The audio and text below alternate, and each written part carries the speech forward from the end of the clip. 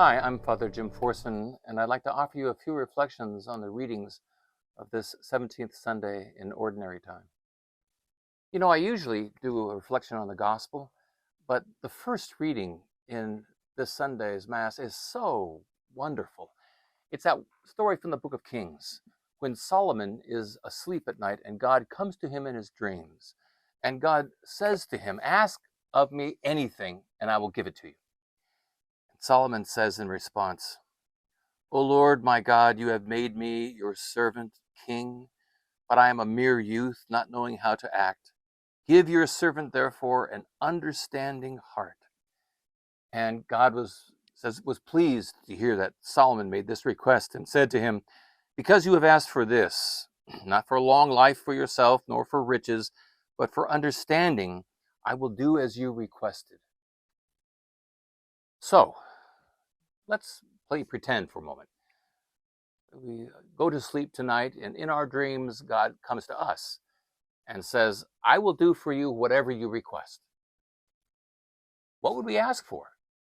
And now remember, we can't ask for things like world peace or end of hunger or things like that, because what God is saying, what is it that you want more than anything else in this world? What would we say? Well, like Solomon, who wouldn't be tempted to say, riches or good health? And there's nothing wrong with either one. We can do all kinds of good things with riches. And who wants to suffer? Who wouldn't want good health? So, what would we ask for? Well, Solomon passed up all of those understandable requests and asked for an understanding heart. Maybe that's it. Maybe that's in our dreams, if God came to us tonight, what we would ask for. God, give me a more understanding heart. And what would I do with that more understanding heart? Well, if I had such a heart, I'd be able to understand myself better. And I might then be able to understand better why it is that in some parts of my life I'm struggling so much, and the difficulties that come to me because of those struggles. And maybe I'd understand better within myself what are my strengths and what are my weaknesses, and I'd avoid the mistakes that I've made before that come from my weaknesses and from my strengths sometimes. If I had a more understanding heart, not just would I understand myself better, but I'd understand this world around me better. I'd understand people around me, family and friends and others. And with that more understanding heart, I'd be a lot more considerate, and I'd be a lot more patient, because I'd be able to start seeing what God sees. Because I would understand them better, I would realize why they do hurtful things to others or to me, and why they behave the way they do. And I would be more sympathetic and more forgiving. And I would understand what Jesus said when commenting on the people around him that hurt him deeply.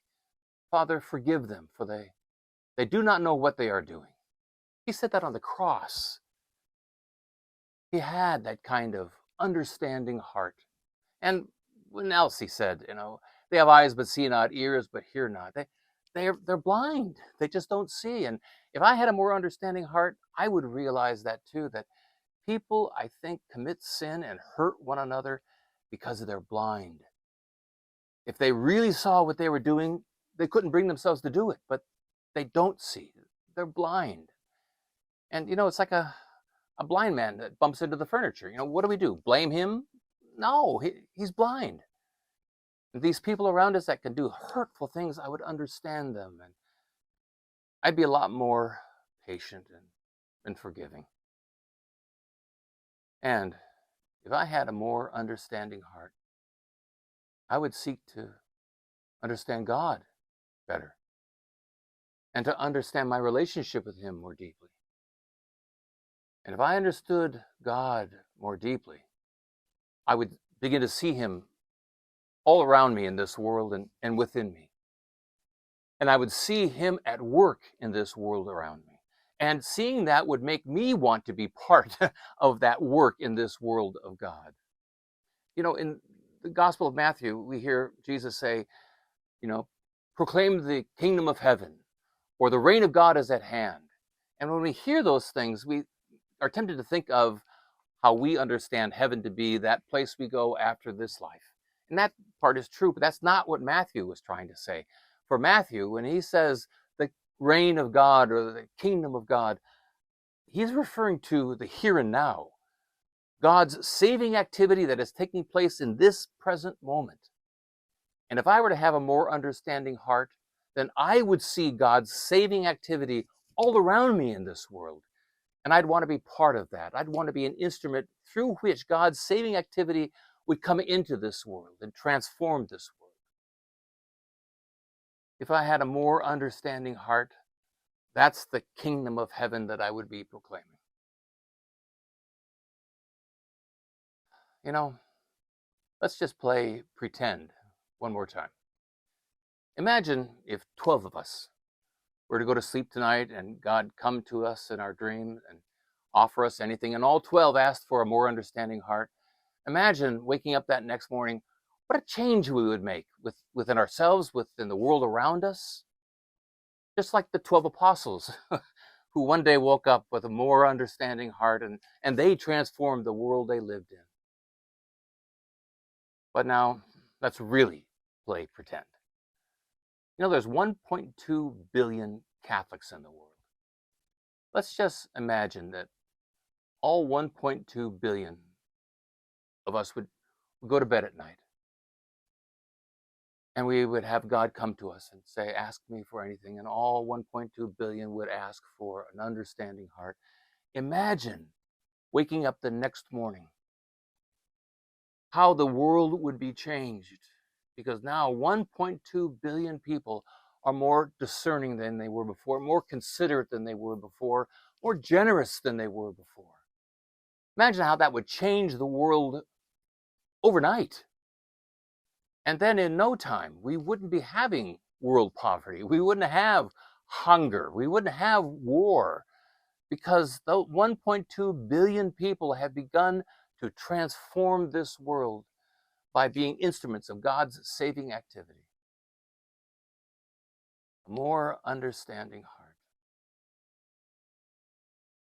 Well, you know, a more understanding heart wouldn't make me like God, but it might make me very much like the man in the gospel who loved pearls.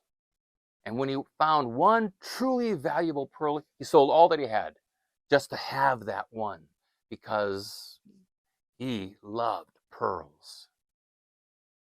And perhaps for us, the one really valuable pearl is an understanding heart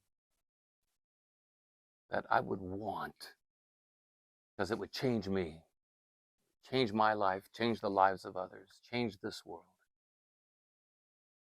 And I pray that I would pray for that one really valuable